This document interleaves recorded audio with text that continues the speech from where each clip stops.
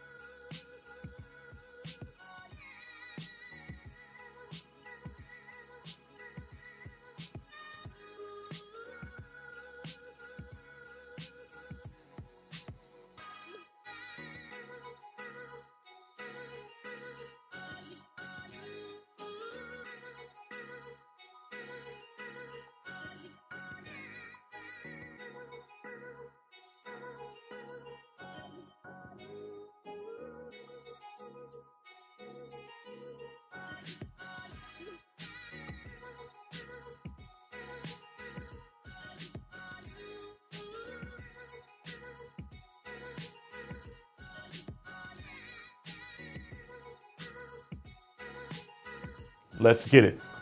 We'll also take a moment to talk about the overwhelming feeling that when you come to Florida, love is in the air. As well as a personal favorite, which is any and all things nerddom, with a review of Fixin' and Post Scene 38 Reimagined. And later, a tribute that we shouldn't have, but in the United States happens all too often. A Marin County man is under arrest for assaulting his girlfriend. The county sheriff says he slapped her in the face with a cheeseburger, but that was just the start of it. Now, I'm not one for a food fight, but this Florida-centric story was just too mouth-watering to let go. I'm done. Seriously, I'm done. We can go on. Being a child of the 80s and 90s, it was common to throw around phrases like money's gotta be the shoes, which we all knew was a marketing ploy to sell shoes. The shoes didn't make you better. They didn't make you Michael Jordan. And once on the basketball court, we also knew it was commonplace to play a friendly game of shirts versus skins, where one side took off their shirts so as to differentiate from the team, which wasn't theirs. But it seems that one such Florida man took it further, foregoing the shoes and really letting loose on the skins. Because as he said it enhances his performance. Now listen, I'm an unabashed, card-carrying liberal, open to new ideas, ways of thinking, and train of thought. But that ain't one of them. Moving on. It is that time in Florida again when we transition from one season to another. Contrary to the belief of many who think that we don't have seasons in Florida, we do. For example, who hasn't heard of hurricane season? Which is that special time of year when far-flung parts of the world hold their breath and wonder as Mother Nature's destructive power bombards the state. Honey, will the park refund our tickets since we're 7 days out? There's also the cooler fall season in Florida, known as the Festival of Dionysus, or Food and Wine Festival. Yes, this is that cherished time of year when exhausted parents from all over the globe return home to enroll their children in school. And once the coast is clear, enact Operation Bull business trip, where mommy and daddy do nothing more than dropping off the kids with their parents, high-fiving one another, and returning to Florida to let their hair down, finally drinking around the world like the good old days before their first and second mistakes ruined the party. Moving on.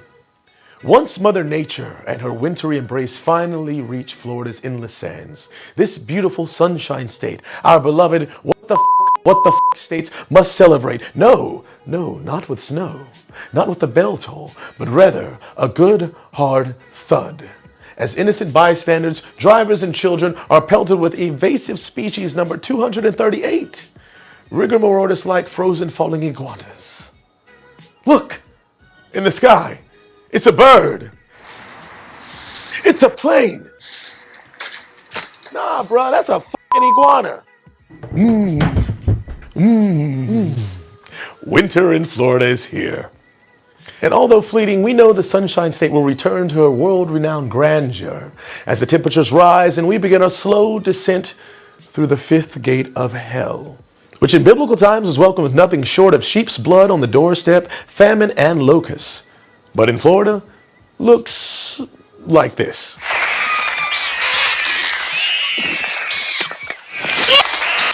Sorry, that was the wrong clip from Alfred Hitchcock's The Birds.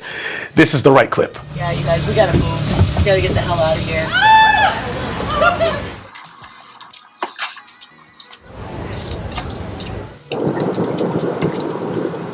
Look at that. These pesky love bugs are taking over our state. All right, folks, this is love bug season in Florida. Honey, you see some love bugs? Yeah. This is a swarm of love bugs. Not much difference. Which brings us to the season that we all know and love, known as love bug season. And yes, love is in the air. And if you didn't know, love bug season is a magical time of year when for a special few weeks in the spring and in the fall, these little pain in our asses mate, fly around, and mate like their little lives depend on it. Which it actually does. Once they become full adults, the males have a lifespan of about 2 to 5 days, while the females fare a little bit better. Furthermore, when the male does the deed, shortly he will die from exhaustion. And in the most respectful way, the female will drag his lifeless body around, proving that some women will suck the life out of you. I know what you're thinking. Sounds like a past relationship. I know, which is why one must ask, what are we doing here? Not that, but what the hell is a love bug? And how in the grand scheme of God's divine architecture do they fit in the world? Short answer, they don't. Over the years, many urban legends have come about concerning the origin of the love bugs.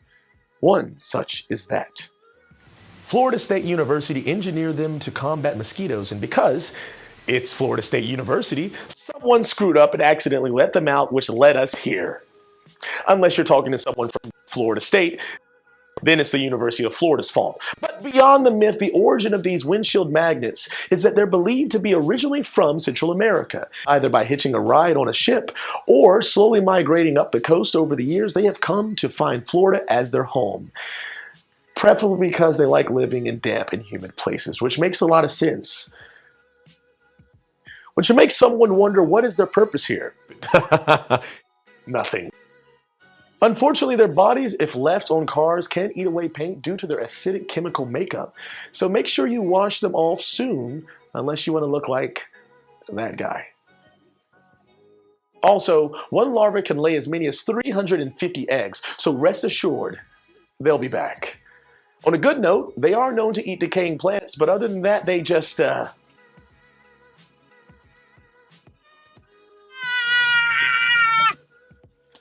I'm trying here, folks.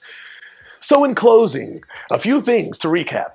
Unless you have moves like Jagger, an unlimited car wash membership, or the ability to postpone your Florida trip a few weeks, you should get used to the idea that this will be part of your stay here in sunny Florida. Moving on.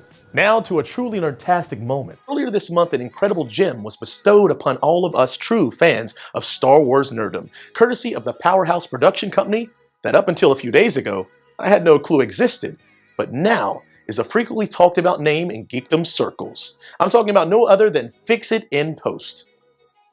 An unassuming name till you see what they were capable of creating without, and I repeat, without an insane multi-million-dollar budget.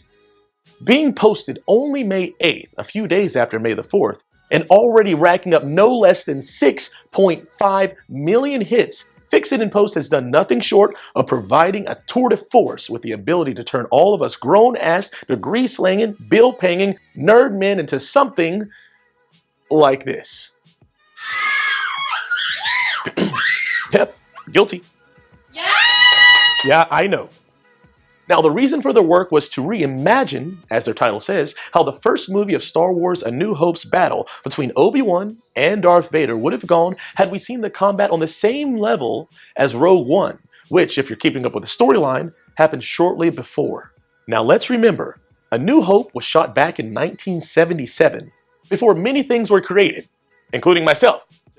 But as a result of the lack of cutting-edge technology and a young George Lucas's budget shortfalls, an infant-like special effects industry, and let's not forget, Obi-Wan actor Alec Guinness being the ripe age of 66, the fights that we've come to expect from the Star Wars franchise when compared with their predecessors left something, yeah, to be yearned for. Now, lightspeed forward to our present day and age where legit companies like Fix It and Post can reimagine on a scale larger something we all wish was possible long ago, but until now seems to be from a galaxy much, much closer, more tense, action-packed, and adrenaline-filled. But enough from me. Now let's check out Scene 38, reimagined by Fix It in Post. Take it away, guys.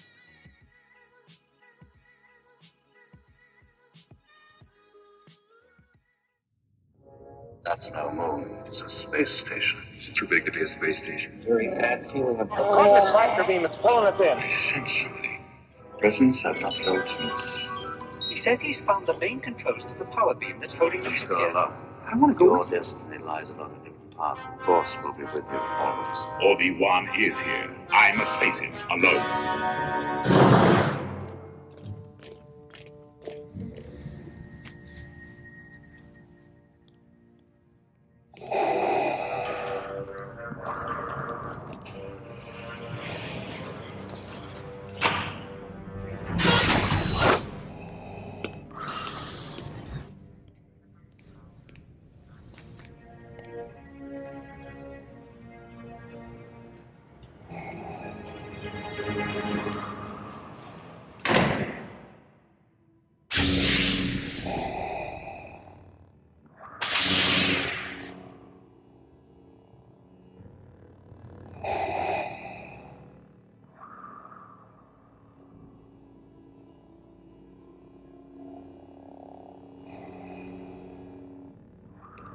Our long-awaited meeting has come at last.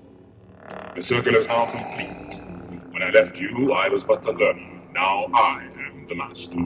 Only a master of evil does.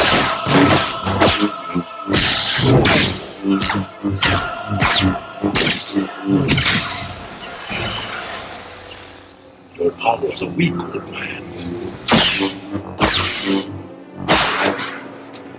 You can't win, Darth.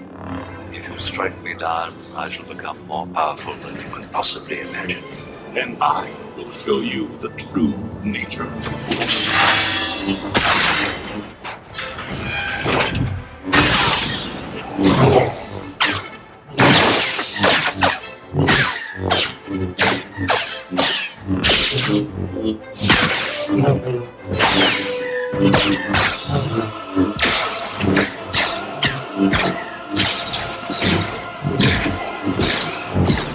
He has courage. Good will it do us if he gets himself killed? Come on.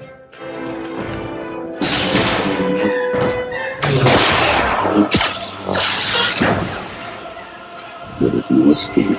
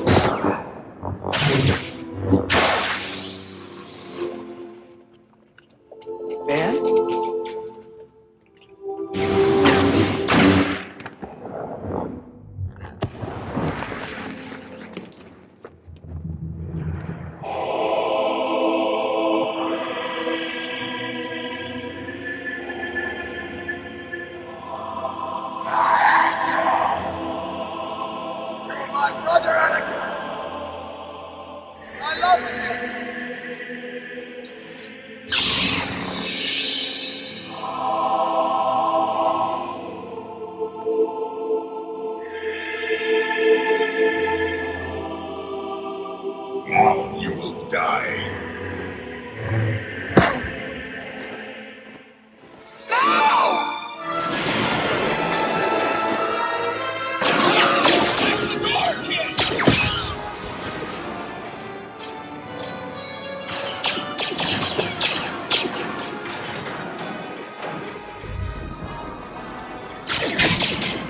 Run, Luke, run.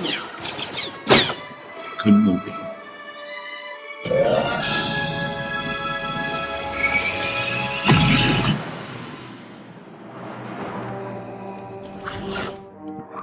You were the chosen one.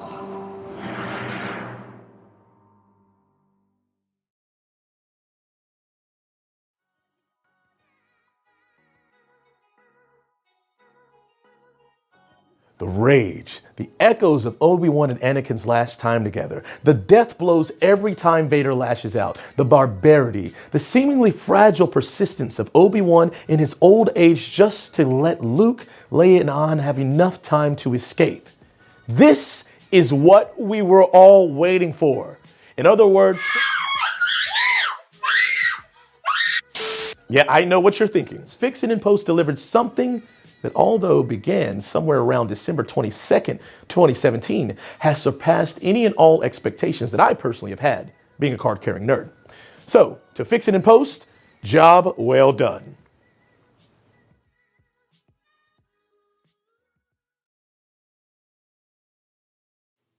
Ladies and gentlemen, this isn't a cute moment.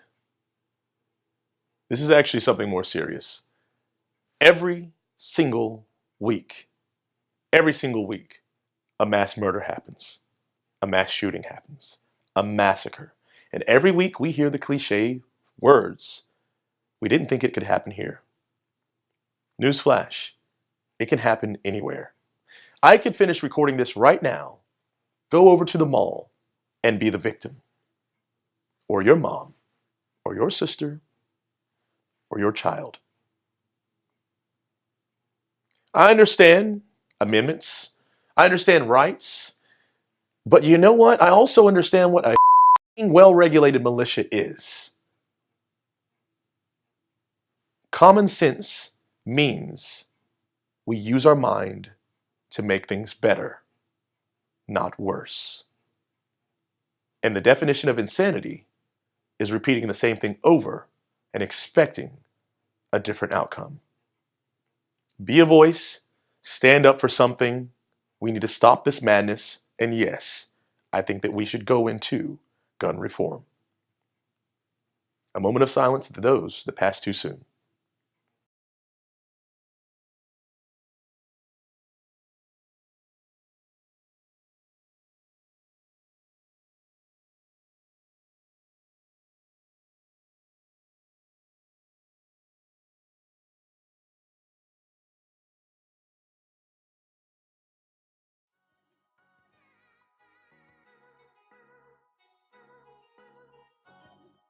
Well, that does it for this episode. Folks, make sure you check back for new content, as there will always be something new to talk about. And if you like, subscribe. Subscribe. Subscribe. Regardless, I'm going to keep doing these. Good luck. God bless. Take care of one another, and peace.